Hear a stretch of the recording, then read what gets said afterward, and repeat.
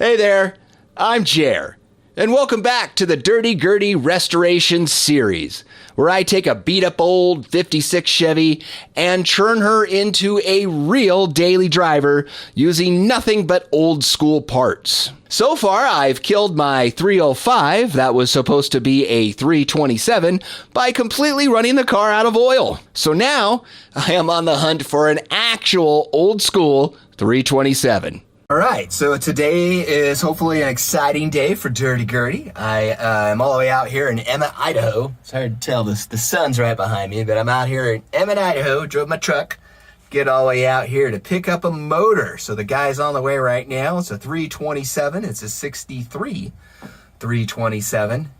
And hopefully I can get that thing from the guy. From the looks of it, it's a good motor, and I mean, the block is great. It's got power pack heads on it, so it should breathe pretty good the way it comes from the factory. So it's 100 times better than what was in it before, and it should run, and it's an antique motor, so yes. So he's on the way. Hopefully we can make an exchange, and in a little bit I'll have a motor, an engine in the back of my bed here. All right, check it out. I got a motor back there. Got me a 327 with power pack heads. Nice. Hopefully it's not going to be destroyed in a disaster, because this guy's not the owner of the motor. He bought it to flip it. So anyways, I paid him the full $7. I don't even know if he counted it or not. He's over cleaning out the rest of his storage thing, and he's gonna let me out of here in a second, because right now I'm trapped inside of the storage unit still. So he'll be back and I can get home. So, here we are. Today I checked this bad boy out. Confirmed all the numbers on it, the intake, the head, the block, the date codes, everything matches to a 63. So this block was manufactured in April 22nd to almost made it. April 22nd of 1963. It is the high power, the high horsepower version, evidenced also by the power pack heads, which I confirmed the numbers on those. The intake was like 175 or something, like the bigger ones are like 1.9 and 2 inches, but it's way bigger than what was in my 305, those teeny tiny things. So this motor is perfect. It looks like it's already ready to go. So what I'm going to try to do now is to actually spin the motor and see if it rotates, because it's supposedly stored. Everything in here is all sealed up. All the ports are sealed up. So it looks like they've done a good job of pickling it, or at least pretending to pickle it. So I can't get to the bolt. This external flywheel thing is in the way. So I got to take this off to get to the bolt underneath it. And then I'll try to spin this bad boy.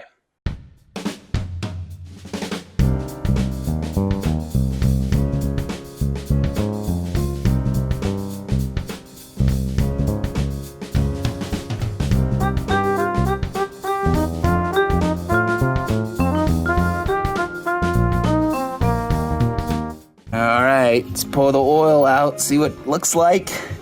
I'm expecting it to be new. Oh no, what is that?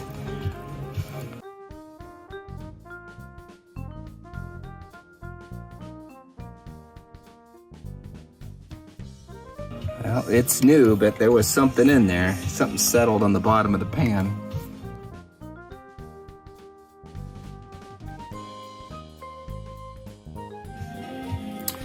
Unless it just reacted to what was in the pan, which is possible.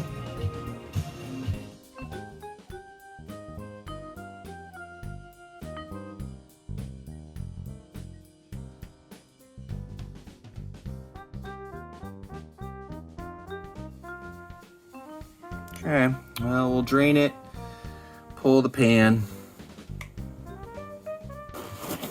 pull that pan.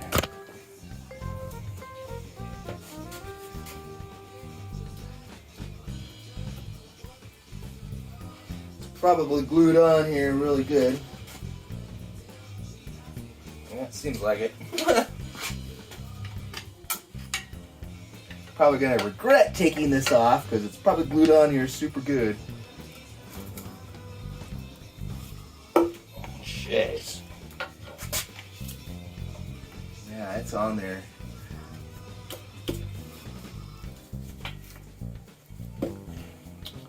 Holy hell. That is really on there.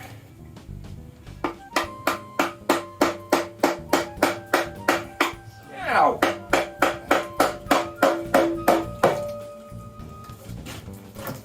There we go.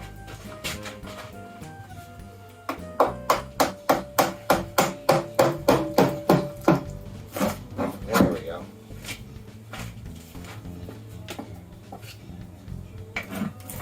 There we go. All right. Now it should come off. See what we got going on.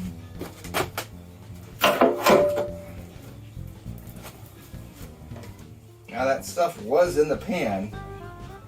Looks like that was water. That was in the pan. I guess the water sunk to the bottom. Yeah, that was a brand new gasket. Torched it. So here I am. Got the engine turned right side up. Just checking out, looking up some stuff that I need to know here for moving on to the next step. So, looked up the oil clearance.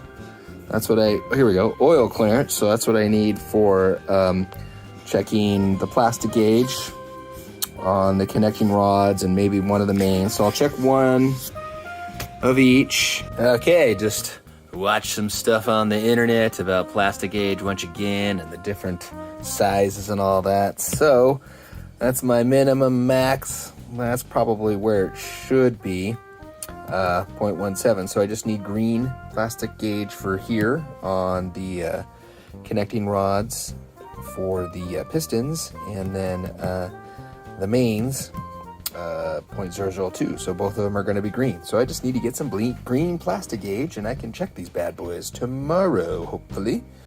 All right. Well, let's use some Plastigage for the first time ever. Okay.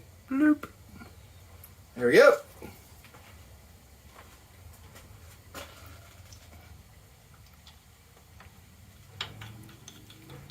Gotta look up the specs again. Main bolts are 60 to 70. Okay.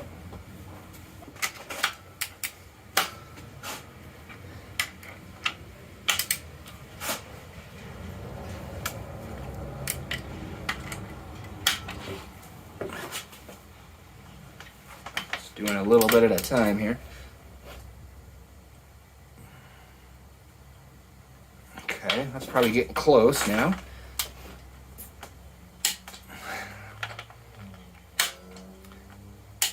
Okay. Now let's loosen it. Let's see where we're at.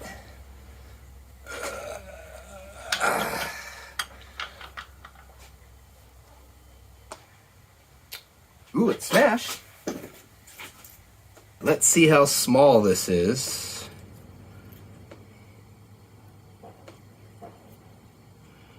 We are at, well, actually how big it is. It's bigger than 20, and it's definitely smaller than 15.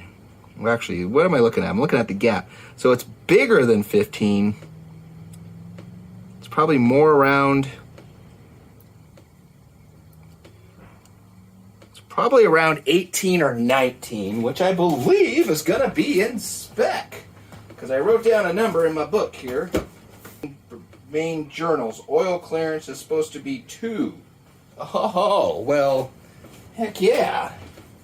That's closer to where it's at. I'm gonna put that one back together, and I guess check one more.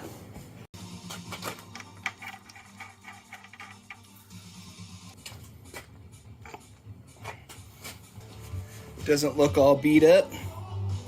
Pretty smooth. I mean, there's lines on there, but I mean, I can't feel anything. Okay, now that's on there.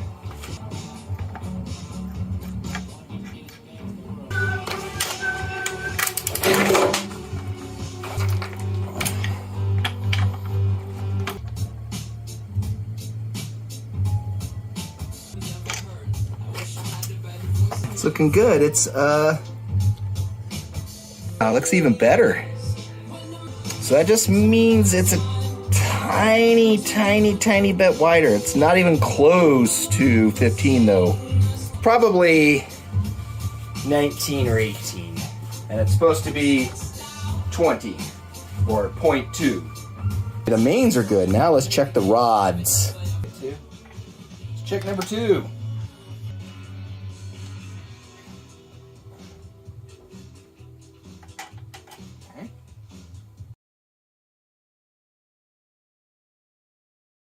Is that shot? I don't know. Let's find out.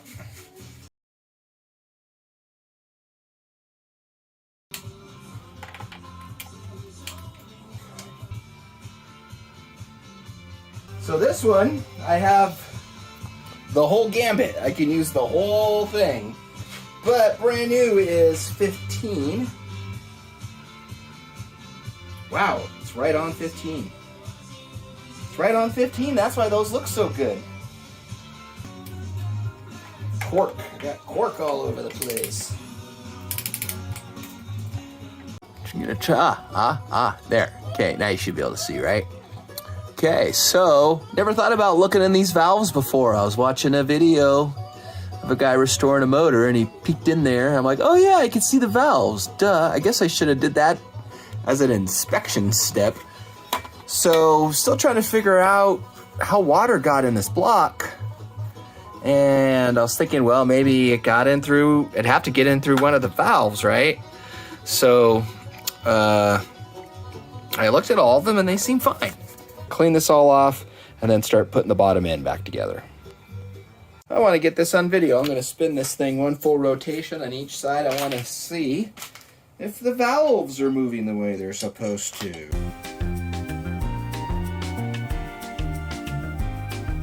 All right, now let's do the other side.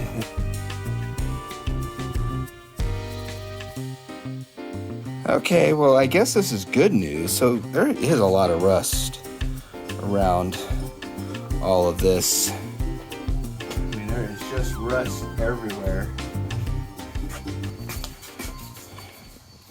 So yeah, that's where the water went in and went directly in through the head down into the oil galley. Ooh, I'm going to check that next. Hopefully that just drained out just fine. And then went into the oil pan. So that is dodging a bullet, I believe. But I'm still pulling this off. This is my favorite new thing. There's damn silicone. It's all the wrong silicone. So what in the world? This guy had to have been doing what I'm doing, inspecting the motor. So the bottom end checked out. He put it back together and just did not do it right. I really hope these heads are not put on like that. Okay. God dang it. Okay. Why is it set like that? Oh my gosh. Why is it set like that? It's set over here. Why? Okay, let me go look at my book. Let me look at my Chilton book. Maybe it's set to factory specs. Oh my goodness, I'm astonished. So I remember this on my 57 Chevy because it's not set up this way. It's set up this normal small block Chevy way. But look, yeah, it does. It says number 1 is right here, and it's going to be pointing at number 2 as number 1. So when I put it back together, am I going to put it back together like that or the normal small block Chevy way? I will probably point it back at number 1.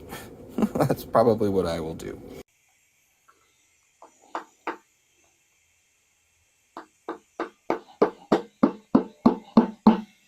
Ooh. See, that moved it.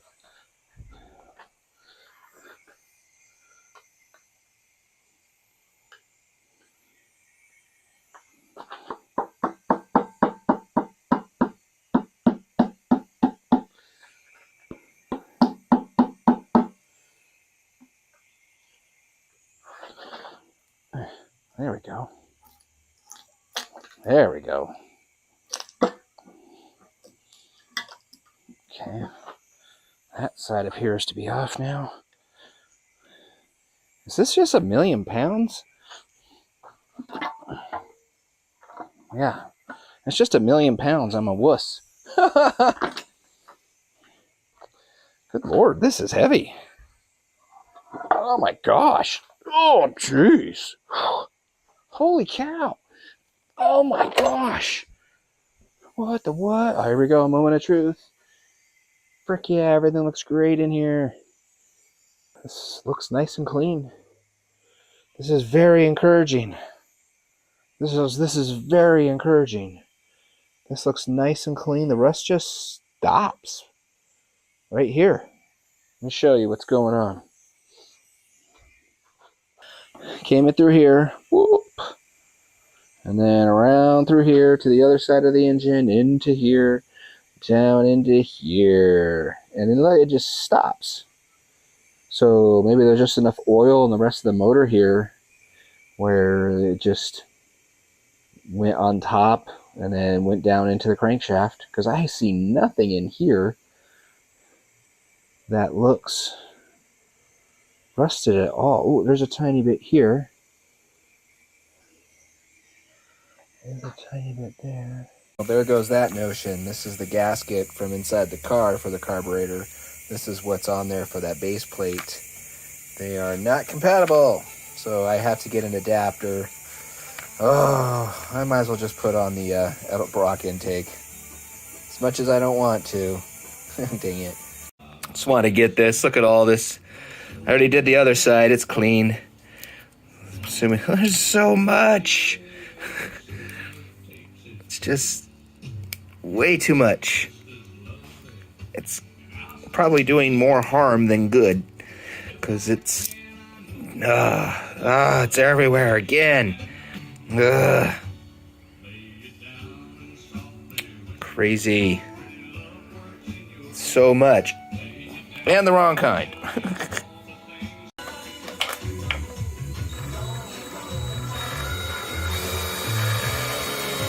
Ooh, I can feel resistance. Oh, okay, that worked. I'm getting close. I'm ready to start reassembling the rest of the motor and dropping her in.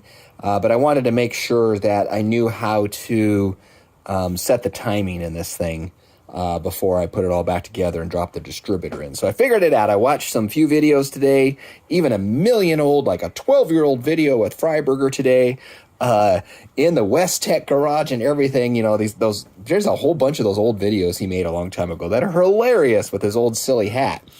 So anyways, he actually kind of had some of the best descriptions about what I need to do with this, and pieced it together from a couple other videos.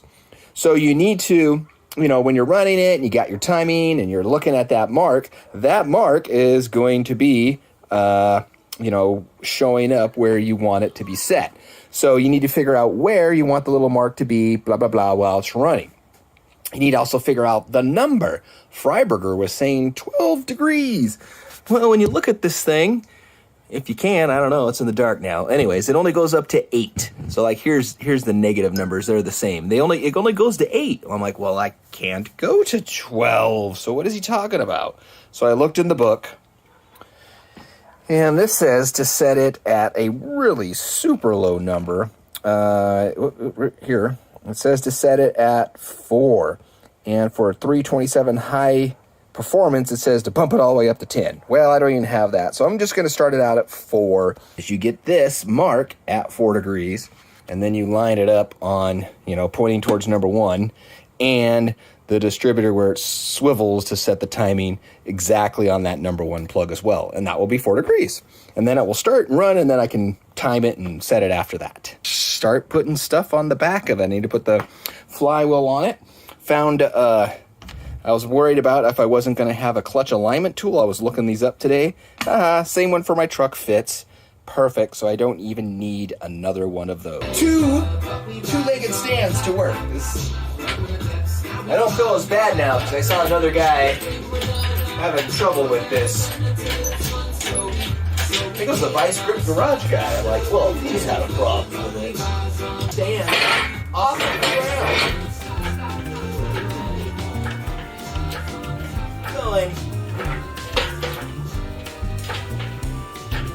Okay, now that the stand is off the ground, it'll easily pull off. Then you do the same thing in reverse.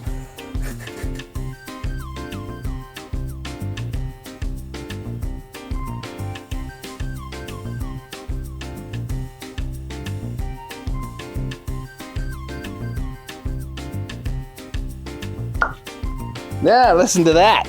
That's nice and tight. All right, so because I am not a master of putting together motors, this is only the second time in my entire life that I've even put together a manual clutch as opposed to an automatic clutch. And then I realized, I'm like, oh my gosh, this motor is actually a motor out of an automatic, which means there's not gonna be a pilot bearing in the crank. Oh my gosh, so now I gotta order a pilot bearing. No big deal. Take it back apart because I wanted to double check. Then I look on the inside, doot, doot, doot. There is a pilot bearing in there and it perfectly fits. Nice, so someone's already taken this motor because I looked up this motor, it's an SG block. That meant it was in a automatic car. So that shouldn't be there. So someone's already taken this motor, put it in a different car with a manual, and now it's all set up. Perfect, hunky-dory, ready to go. Now I'm gonna go ahead and put my pressure plate together. So what I did last time was just kind of hang it.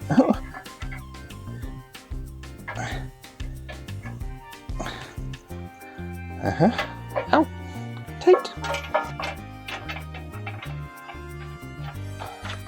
Now this is kind of neat, dots, that way you don't get it messed up. But this is, this is old, don't know how old. It's made in Korea. I saw that on there, so it's not new. There we go, clutch alignment tool. Easy peasy lemon squeezy.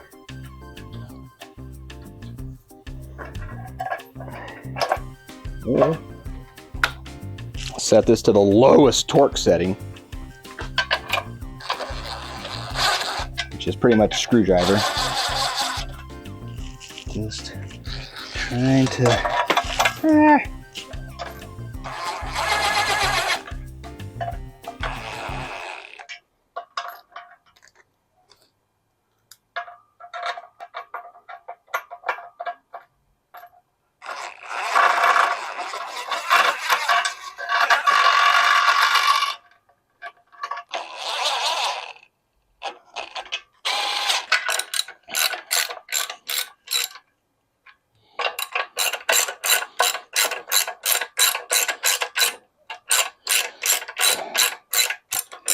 Getting ready to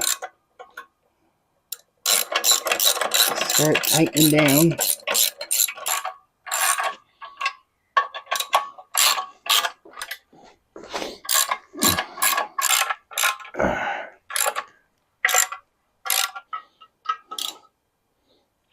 That's flush.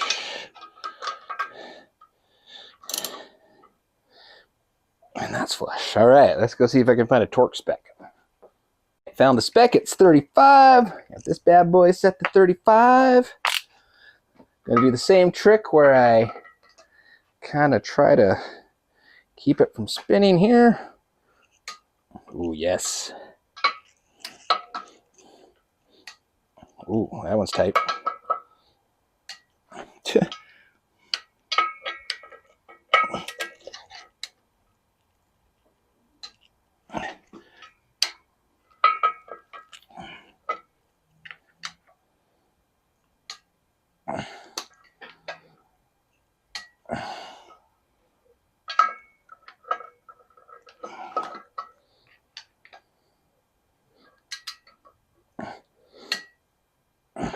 All right, another day working away. I got the transmission mount removed. Want to get this greased before I put it back together, the clutch fork. So this is just held on with this clip on there with like that. So I just pushed it forward and now it's disengaged. So I'm gonna put some grease in there and then slide this back on top of that, and that should be good for another several decades. All right, so clutch fork taken care of. Now throwout bearing, I took this off the transmission because this needs to sit I learned this from my truck. Needs to sit on there kind of like that, and then I could put the transmission in there as long as it's on the fork, kind of like that. But this inside part, all super old grease, not moving anything. I doubt I can grease the inside of this thing, but maybe I'll try to show some grease in there because it feels dry. So I'm gonna try to clean this and lubricate it. Got that all nice and clean, so that's ready to be, I had to throw a bearing back on there and greased. So the starter's on here. I want to get this bad boy charged and then actually try to turn it over a little bit, do a compression test on all the cylinders and see where they're at before I throw the motor in. But before I do all that, I also need to get valve cover gaskets because I want to prime the oil pump again because that came in today. So I'm going to go all mad scientist on this. I'm going to go all mad scientist. I'm going to get this bad boy. I'm going to do a compression test before I put it in the motor. That's what I'm up to. So I was just going to short this with a Harbor Freight screwdriver to be funny. And then I'm like, wait a minute. I actually have one of these things. I remember I bought one of these from my father on Father's Day in the 80s. And these things were just about obsolete then. So these are still around. Hell yeah. Oh yeah, baby. Okay. Hell yeah. I don't know. There we go. That should be on there. I'd imagine.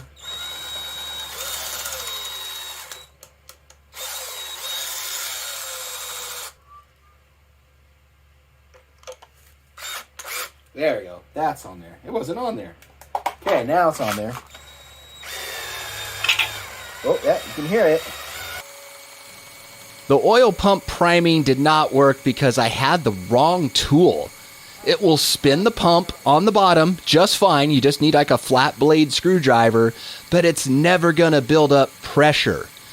There are holes in the bottom on the inside of the engine. It's basically like a bridge or a tunnel that's going through there, and there's a big hole right in the middle where the distributor drops down. And the distributor has a little part on it that connects the oil passages. Without that connection and the oil gallery being fully connected the way it's supposed to, I'm never going to get a proper pressure reading. And I'm going to have a really tough time getting oil to the top where the heads are at. All right, let's do a compression test.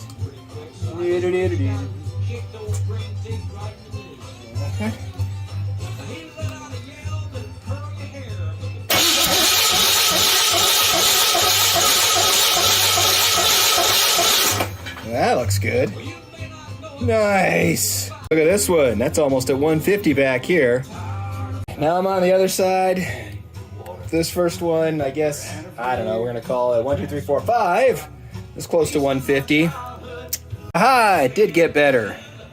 Okay, so they're all around 140, 150. So we're going to call that good. Well, let's say 130 to 150. All right, this thing is finally clean. The freaking valve cover gasket was still on it. And of course, it was glued on with like black RTV. So that took way longer to clean this off than I thought it would.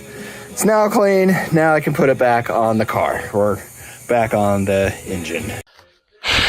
Let's see if I can get the transmission in. So I've got my bearing in there, my throwout bearing on the fork. This is how I was supposed to do it on my truck as well.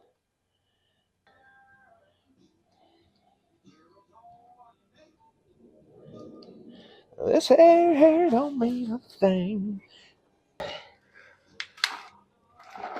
Ooh, okay. I can't. Yeah, that's flat now. All right. You can put this possum in a cage. Oh my gosh, this is a heavy little guy.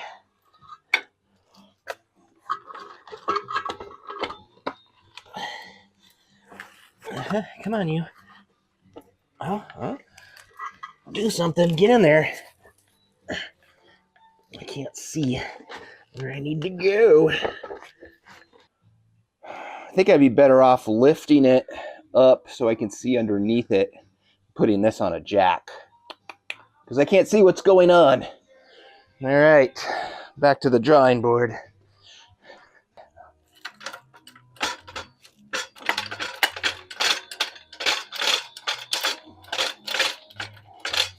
Whoa, whoa, whoa. Okay, this should help get me aligned in here.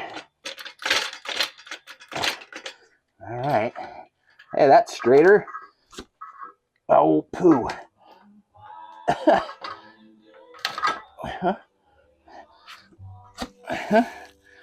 Okay, you.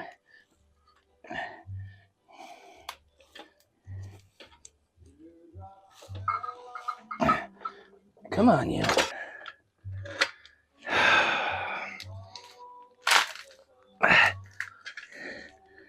All right.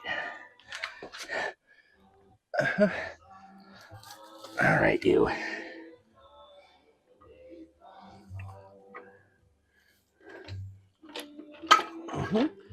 Hey, there we go. That's something, right? Ooh, ooh. Well, that might be doing it now. Ooh-hoo. There we go. Look at that. Get on there, baby. Yes. Ooh, ooh, ooh.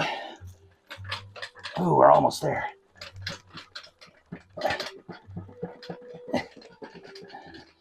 Nice. Got it. Ah, it's on. Should have brought these bolts with me. Okay. Started. Kinda. How the heck did I? Oh, I know. I have to get an actual wrench on here. Okay, so I'll tighten this down, look underneath here, and see if we got her.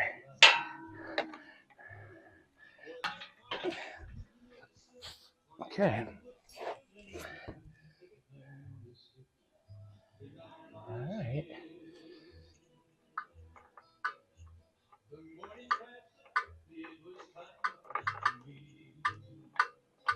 Heck yeah. Everything's looking good. Hee hee. Okay, cool. You want to tighten that bad boy down? We call that good. All right, check it out. It's fully assembled. Everything looks good. Even tightened down this valve cover, so we're ready to put this thing back in the car. I can probably get this in the car today in less than an hour, I'm sure. Should be super simple. Coming up in future episodes, I am going to get that engine installed. I am going to get that engine tuned, including the timing and the carburetor. And I'm also going to install a manual overdrive 3-speed transmission. That's pretty cool. So if you want to find out when all that stuff happens, make sure you smash that subscribe button. Thanks so much for hanging out with me on the Dirty Gertie adventure. Have a fantastic day. And man, get out and drive those Tri-5s.